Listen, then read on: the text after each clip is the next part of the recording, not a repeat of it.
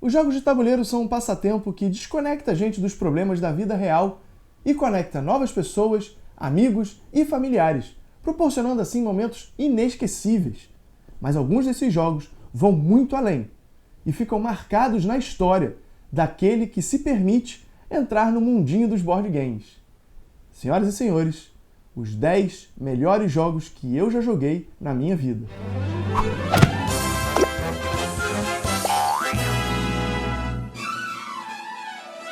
Número 10, Trajan.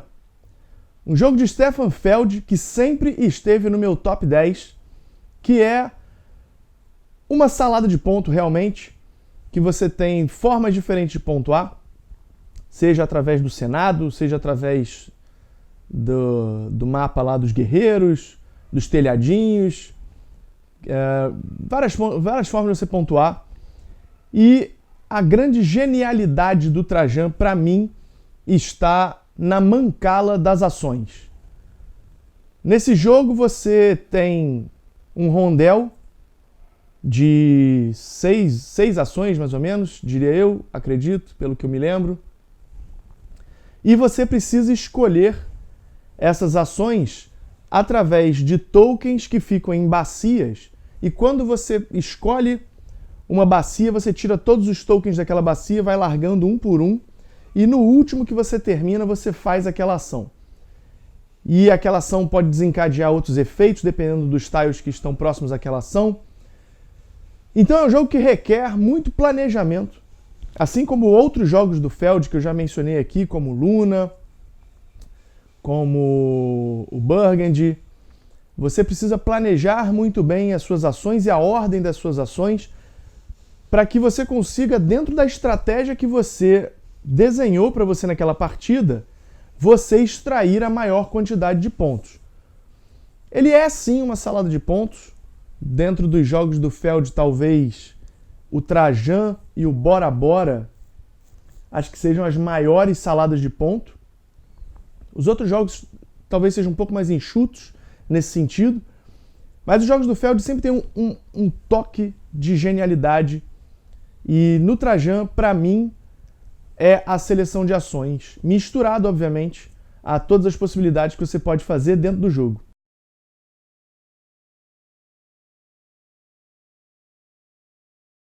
Número 9, Amun-Re. Um jogo de Rainer Knizia, de leilão, basicamente. Nesse jogo, nós temos que desenvolver algumas regiões do tabuleiro para fazer pontos de vitória. Seria muito simples se fosse apenas isso. A grande questão do Amun-Re, e aonde ele se torna genial, é que ele é dividido em duas eras. Na primeira era, os jogadores vão fazer leilões pelas regiões do tabuleiro que estão vazias, e o leilão dele já é uma coisa fantástica desse jogo, porque você vai em uma região e dá um lance mínimo por aquela região. Então é a vez de outro jogador que tem que dar o lance em uma outra região. Todos os jogadores podem simplesmente dar o lance mínimo em regiões diferentes. Mas pode ser que um jogador queira uma outra região do tabuleiro que já tenha um jogador com um lance. Então ele dá um lance maior do que aquele jogador, e aquele jogador que foi superado nesse lance agora tem que ir para outra região, dando um lance maior do que um lance já dado por aquela reunião. Então, aquela região.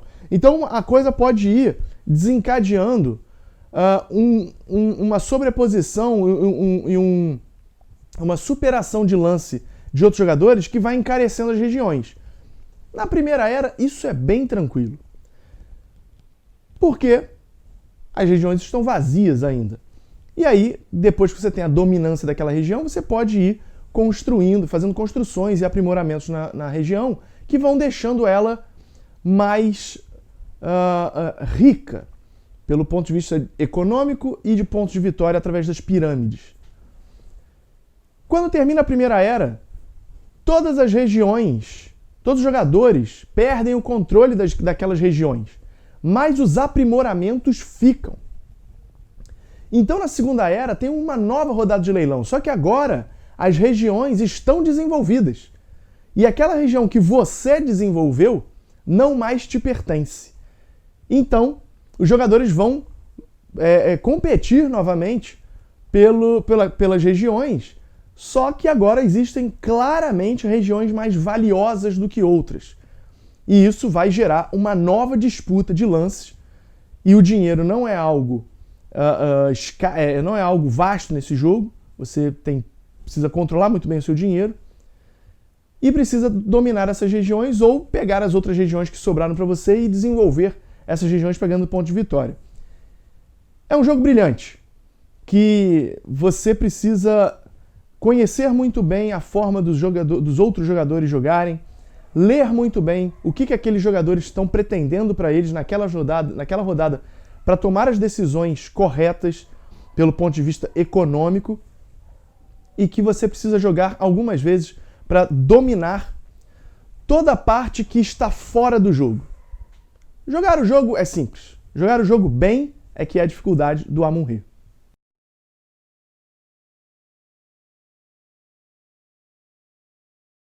Número 8, Mombasa. Jogo de Alexander Pfister. Outra obra de arte que se encontra nesse top 10. Um jogo que consegue inovar e também utilizar um pouco do que Mac Gerditz pratica em seus jogos, que é o desapego. Nesse jogo a gente está, de certa forma, construindo um baralho para utilizar as ações das cartas que a gente tem no nosso baralho. A grande questão é que quando você joga suas cartas, você tem 3 pilhas inicialmente. E a carta que você joga em cada uma dessas pilhas cria uma pilha de descarte única para aquela pilha. Então, e no final da rodada você só volta uma pilha de descarte para sua mão. Então, uma carta que você joga naquela rodada, basicamente você só vai ver ela um tempo depois. A dificuldade é que quanto mais cartas do mesmo tipo você joga naquela rodada, mais forte a sua ação. Só que se você joga cartas do mesmo tipo, elas vão ser distribuídas em pilhas de descarte diferentes. Então você não vai conseguir pegar as 3 novamente para fazer outra rodada forte daquela forma. Então você tem que ir comprando as cartas para utilizar nas rodadas seguintes, de forma a construir um próximo turno forte o suficiente para você fazer boas ações. Por isso que eu fiquei meio assim quando falei de deck building, porque ele não chega a ser um deck building na essência do deck building, embora ele tenha a mecânica. E o desapego está no mapa, porque nesse jogo nós estamos investindo em companhias, comprando ações dessas companhias. Só que as companhias, o preço delas vai flutuando. E uma hora que você está investindo em uma companhia e aquela companhia começa a ter o valor da ação caindo, você pode simplesmente não investir mais nessa companhia e investir na outra companhia que está crescendo de preço. Então isso, para os jogadores iniciantes, dá uma complicada, porque a sensação que você tem é que aquela cor no mapa é sua, quando na verdade não é.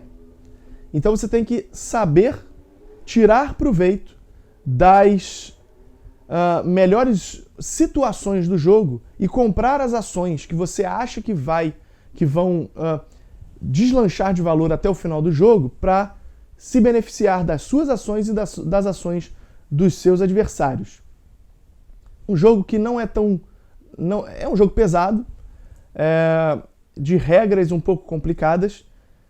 Não é difícil de você entender essa forma de jogar, e ela tem outras formas também de você pontuar, como o tabuleirinho da trilha do diamante ou do contador.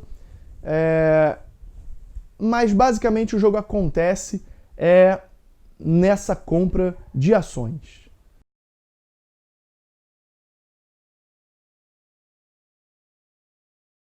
Número 7, mais um jogo de Stefan Feld, In the Year of the Dragon. Um jogo que não é a maquininha de pontos que a gente está acostumado a ver no Feld. É um jogo super apertado, de tragédias, em que estamos vivendo o ano do dragão, em que cada mês algo ruim acontece. E temos que nos preparar para todas as tragédias que vão acontecendo ao longo desse ano e ganha quem se ferra menos. Basicamente é isso. Um jogo que tem uma seleção de ações brilhante, em que temos, se não me engano, são 7 ações disponíveis, que são cartas, e nesse jogo a gente distribui essas ações no tabuleiro em grupos igual, com a quantidade de grupos igual à quantidade de jogadores que tem na partida. E aí o primeiro jogador vai escolher um daqueles grupos de ações. Então imagina que você está jogando de 4 jogadores. Então tu vai ter um grupo de 2 ações, um grupo de 2 ações, outro grupo de 2 ações e um grupo de 1 ação. O primeiro jogador tem que escolher qual desses grupos ele quer para realizar uma dessas ações disponíveis. E com isso ele vai bloqueando ações disponíveis para os outros jogadores realizarem. Os outros jogadores podem até ir para um grupo de ação em que um jogador já tenha feito uma seleção. Só que para isso ele precisa pagar dinheiro. E dinheiro é muito escasso, como qualquer coisa nesse jogo é escasso. E com isso, você que às vezes precisava daquela ação para se preparar para uma tragédia que vai acontecer igual para todos os jogadores, não tem um acesso fácil àquela ação e pode ser prejudicado de uma forma muito forte. É um jogo de muito planejamento, assim como os outros jogos do Feld também são. E você, esse jogo ele é muito punitivo mesmo para quem não conhece o jogo. Para quem já jogou, já consegue se preparar melhor para cada desgraça que vai acontecer. A grande questão é que a ordem dessas desgraças muda de jogo para jogo. Então, às vezes, você pode pegar um jogo que você consegue se preparar para as mais difíceis, porque elas estão lá na frente. Mas, às vezes, a mais difícil já está na primeira rodada. Então, fica um pouco complicado de você se beneficiar daquele momento do jogo. Mas é aquilo, tá todo mundo se ferrando. Então, ganha quem se ferra menos.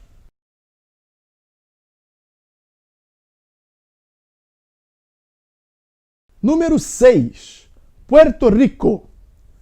Jogo que também, tá sempre no meu top 10.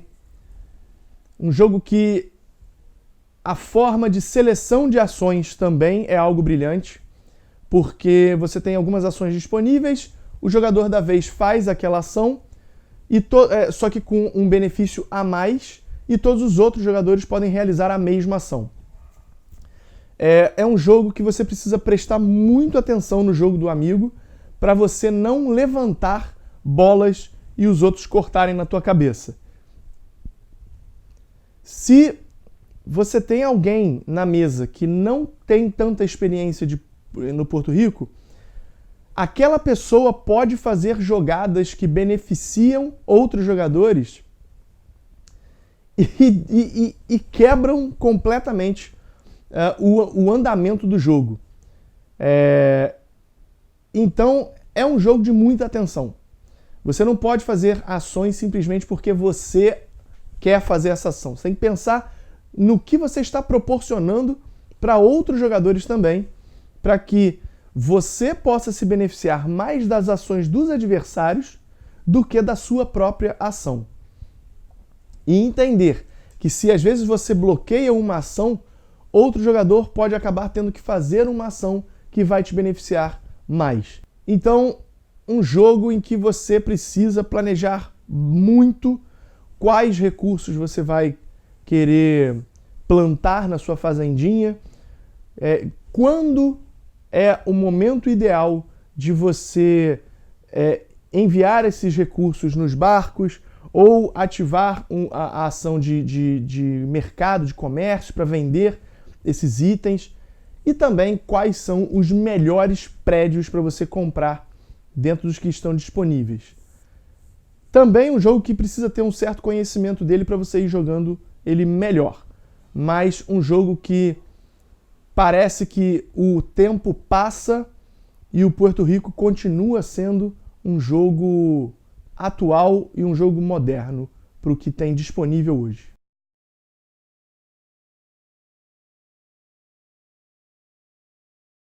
Número 5, Macau. Terceiro jogo de Stefan Feld nesse top 10. Macau é possivelmente o melhor trabalho de Stefan Feld, porque é um jogo que também não considero ele uma máquina de ponto. É um jogo de... talvez o jogo mais complicado de planejamento que o Stefan Feld possa ter feito. Por quê? Na sua rodada, você vai ter que pegar um objetivo para colocar no seu tabuleiro, e ao longo do jogo você tem que ir cumprindo esses objetivos, porque o objetivo que você não cumpre no final do jogo te tira ponto. E os objetivos basicamente te pedem recursos. E aí que vem a genialidade de Stefan Feld. A Rosa dos Ventos. A Rosa dos Ventos é como se fosse um armazém de recursos dos jogadores. No início da rodada, o jogador vai selecionar dados, e os dados têm cores e valores aleatórios, né? A cor é referente ao recurso que aquele jogador precisa para cumprir seus objetivos, e o número dele vai ser a quantidade de cubos que ele vai pegar e também a posição na Rosa dos Ventos. Então, se ele pegou um cubo de valor 6, ele vai pegar 6 cubos e colocar na posição 6 da sua Rosa dos Ventos. O que acontece é que essa Rosa dos Ventos vai girando e significa que ele só vai ver esses cubos, esses recursos, daqui a 6 turnos. Então, você, obviamente, pode ir planejando daqui a 6 rodadas. Na rodada seguinte, se você pega um dado de valor 5, agora, como sua Rosa dos Ventos girou, aqueles 6 cubos que você pegou estão na posição 5. E se você pegar um dado 5, você vai colocar cubos juntos desses 6 cubos daquela cor. Só que você também precisa cumprir os objetivos nos turnos que estão nos turnos atuais. Se você não tiver recursos naquele turno, você também perde ponto. Então você precisa ficar administrando ações a curto prazo e longo prazo para você conseguir não ser prejudicado, não tendo recursos nos turnos que estão acontecendo, e também fazer turnos ótimos na hora que os seus recursos chegam para você na sua Rosa dos Ventos. Parece complicado, mas durante o jogo você consegue entender de que forma que isso pode te beneficiar. Por isso, o Macau é uma genialidade do Stefan Feld na utilização dos seus recursos e a forma como você planeja os seus turnos. Mais um jogo que você precisa planejar muito bem, assim como Luna, assim como o Trajan, assim como o In the Year of the Dragon. O Stefan Feld é um cara que cria jogos que fazem o talento do jogador sobressair. E por mais que existam formas diferentes de pontuar em alguns jogos que são conhecidos como salada de ponto, ainda assim está na mão do jogador as decisões de o que fazer na vez dele para tirar o maior benefício possível da situação em que o jogo se encontra.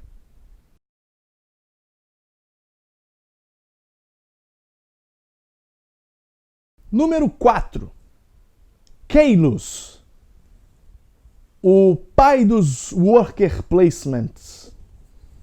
Um jogo que está sendo refeito pela Space Cowboys porque precisava, é um jogo feio, mas que estão aí tentando mudar algumas regras que pode ser que deem uma prejudicada no jogo. Vamos só torcer para que o jogo continue em sua essência elegante e fenomenal como ele sempre foi, porque até hoje não fizeram um worker placement tão redondo quanto o Keylus.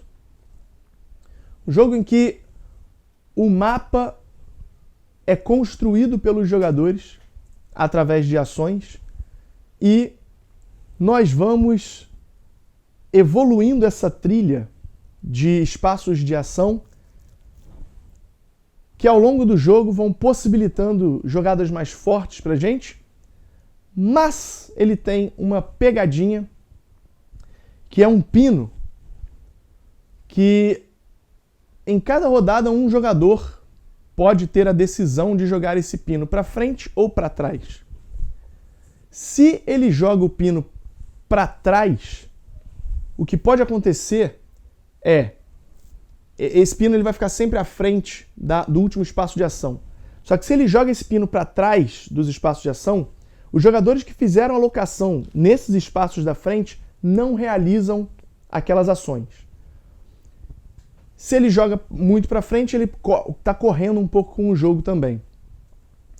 Então, cabe aos jogadores também entenderem se vale a pena eles arriscarem tentar fazer uma ação lá da frente, se não está na mão daquele jogador essa decisão desse pino. Então pode ser muito prejudicial você arriscar esse tipo de ação. Mas se você consegue fazer, você tem muito benefício. Raramente você consegue ser o jogador que tem essa decisão em mãos e tirar proveito dela. Você pode dar várias pernadas em jogadores. Então, para um worker placement, é um tipo de interação direta que geralmente não tem em jogos como esse. Até porque o worker placement, você coloca o seu trabalhador naquele lugar, você no máximo bloqueou a ação do outro jogador indiretamente, porque você não tirou uma ação do jogador. Você só restringiu as opções de ações. Nesse jogo, você efetivamente tira uma ação de um jogador se você consegue anular o espaço de ação dele. Às vezes você consegue anular até mais do que isso. Se o jogador for muito ganancioso e pegou dois espaços lá da frente, isso acontece. Mas depende muito de o que está acontecendo no jogo também para aquele jogador ter feito aquela aposta. Então, um jogo brilhante, feito pelo designer William Attia, que só fez isso, de famoso, né, e de grandioso dessa forma. Um jogo que sabe-se lá por que ainda não foi lançado no Brasil. Provavelmente, e eu quero acreditar que seja isso, é uma disputa entre tantas editoras que ainda não decidiram para quem dar a licença. Porque se não for isso, se for simplesmente as editoras não estão correndo atrás, ou, sei lá, não deram a licença, é prejudicial para a gente.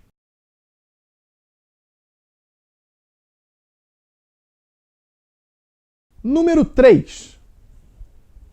Five Tribes. Um jogo que nunca esteve abaixo dessa posição. Foi número 1 em 2017 e se manteve no número 3 de 2018 para cá. Um jogo que reflete toda a genialidade de Bruno Cathala, que... Vocês estão percebendo que todos esses jogos que eu estou falando, eles têm pelo menos uma sacada genial do designer. Para mim, a sacada do Five Tribes é a escolha do primeiro jogador. Você ter que dar um lance em pontos de vitória para jogar na frente de outro jogador é porque você tem que ter visto aquela jogada que ninguém viu ou que alguém viu, mas não soube valorar tanto quanto você, e tirar um saldo positivo daquela ação com pontos de vitória a mais do que o que você está pagando para fazer aquela ação, e que também seja maior do que a diferença de pontos que os seus adversários pagaram para fazer a ação que eles fizeram. Então, não adianta nada você ter uma ação que dá 40 pontos e pagar 30 pontos para fazer essa ação e ganhar 10 pontos no processo, se o seu adversário pagou 1 ponto de vitória para fazer uma ação que dá 15 pontos. Então, essa leitura da mesa, que não é algo simples, porque tem muita peça na mesa, muito bonequinho para você contar as mancalas e saber. Você tem que enxergar a jogada entre milhões de jogadas possíveis. Então é um jogo que não é fácil de você extrair o melhor dele. E não só isso, porque não basta só identificar essa jogada. Você tem que saber valorar essa jogada, valorar outras jogadas e levar toda essa análise para a escolha da ordem do turno que faz toda a diferença. Five Tribes é um jogo genial que trouxe da Gen Con de 2014, desde então está na minha coleção. Provavelmente nunca vai sair. E provavelmente não recusarei mesas de Five Tribes enquanto esse jogo estiver aí no panteão dos jogos de tabuleiro.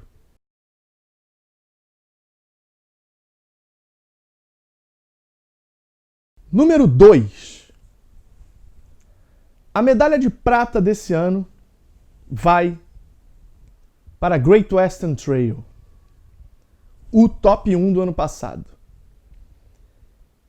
E ao defender a posição de Great Western Trail nesse ano, automaticamente vocês já saberão qual é o primeiro lugar, até porque quem acompanha o Silco ele já sabe.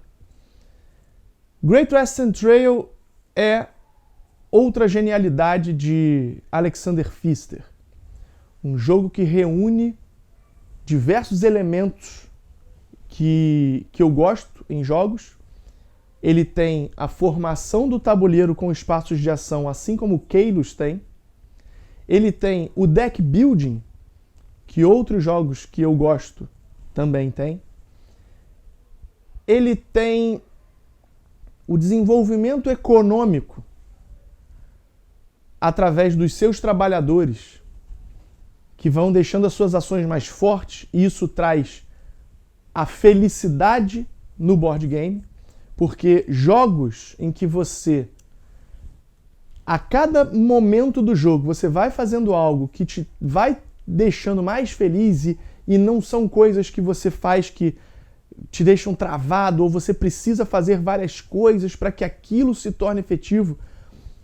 E essa burocracia em board games é algo que eu não gosto. Eu gosto da coisa mais solta, coisa mais... Tô fazendo aqui 1 milhão de pontos, aí meu adversário fez 1 milhão e 2. Isso é legal. Para mim, isso é a essência do board game. É eu jogar para me divertir enquanto eu faço as minhas ações. Por mais que eu tenha perdido o jogo, eu fui feliz durante toda a partida, independente do resultado. Diferente de outros jogos que você parece que está trabalhando. Você só está tomando porrada na cabeça. Que não, isso daqui, não, você não pode fazer isso. Você não pode fazer essa ação aqui porque você não merece. Isso não é legal. Então, o Great Western Trail, ele tem a sensação de estou sempre melhorando. Você começa fazendo entregas de 4, 5, 6 vacas, você termina o jogo fazendo entregas de 18 vacas, ganhando 18 dinheiros, comprando 4 trabalhadores na mesma rodada, comprando 3 vacas de valor, 4 ou 5, e isso vai te dando milhões de pontos de vitória. Você pode fazer a estratégia do vaqueiro, você pode fazer a estratégia do maquinista, do engenheiro, você pode fazer a estratégia do construtor. As pessoas falam que a estratégia do vaqueiro é a melhor de todas e é a roubada. Mentira, jogar errado o Great Western Trail. Se você fizer uma estratégia de construtor bem feita, você trava a estratégia do vaqueiro. O maquinista, ele é um excelente suporte para qualquer estratégia e ainda tem sua própria estratégia. Um jogo que você vai jogando e descobrindo todo o valor de Great Western Trail. Mas Davi, por que ele caiu uma posição? Ele caiu por 2 motivos. O primeiro deles é porque eu recusei uma mesa ao longo desse ano. Não sei onde eu estava com a cabeça, mas naquele momento em que me foi oferecida a oportunidade de saborear do jogo mais bonito já feito, eu titubeei. E pensei, hoje não. Enquanto que o número 1 nunca passou por isso.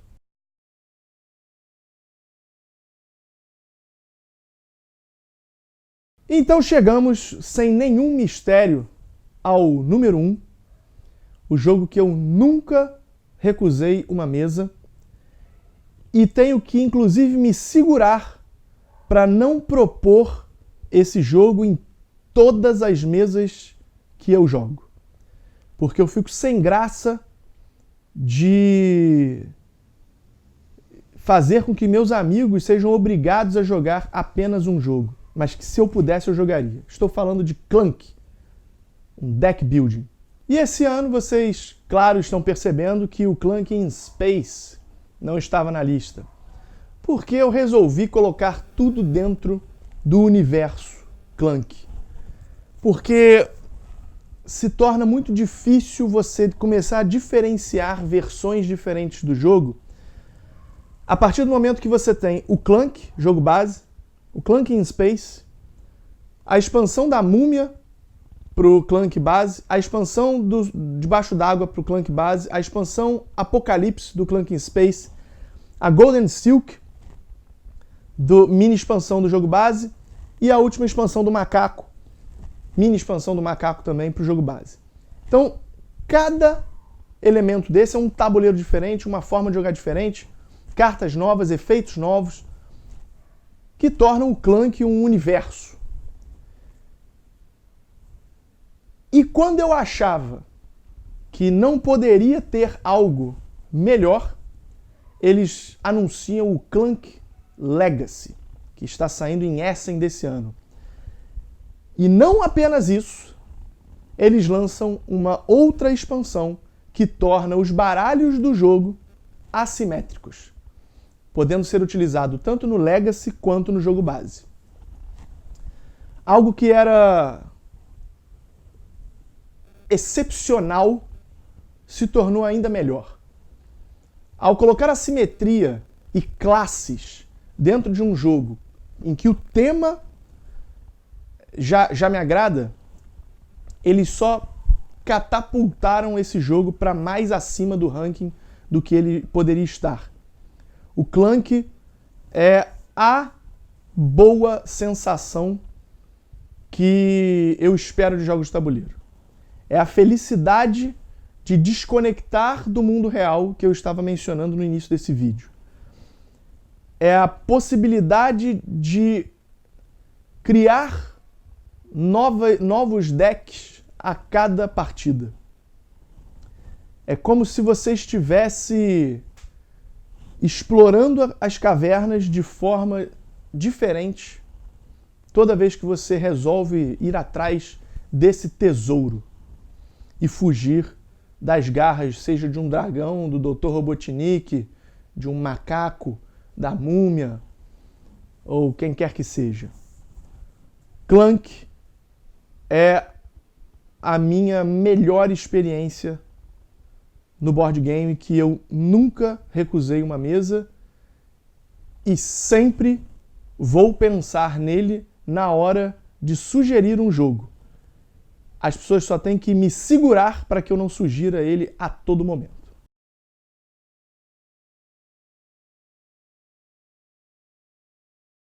E com isso, minha gente, terminamos mais um Top 100. O terceiro ano de atualização do Top 100. Eu olho para trás e nem acredito que já consegui atualizar esse ranking 3 vezes. Cada ano é uma desgraça. Esse ano mais especial ainda por ter sido feito junto dos meus amigos Fel Barros e Thiago, dentro de um projeto que ganhou o meu coração no ano passado, que foi o Veda, e poder reunir tudo isso, para mim, é a maior celebração dos board games e tudo o que eles podem me proporcionar, além das partidas com os meus amigos. Produzir esses conteúdos para vocês é de um prazer enorme e eu espero que vocês tenham curtido essa jornada dos 3 Top 100 e tudo que a gente fez durante o mês de agosto.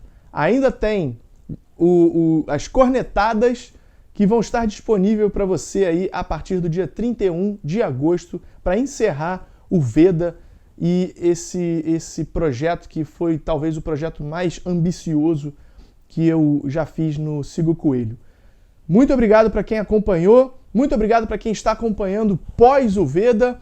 Se você curte o Siga o Coelho, deixe a sua inscrição e também considere apoiar a produção de conteúdo aqui do canal, sendo um apoiador do PicPay, Com isso você ganha outras vantagens, além de estar ajudando aqui o canal, como participar dos grupos de WhatsApp e Facebook e também participar de sorteios mensalmente.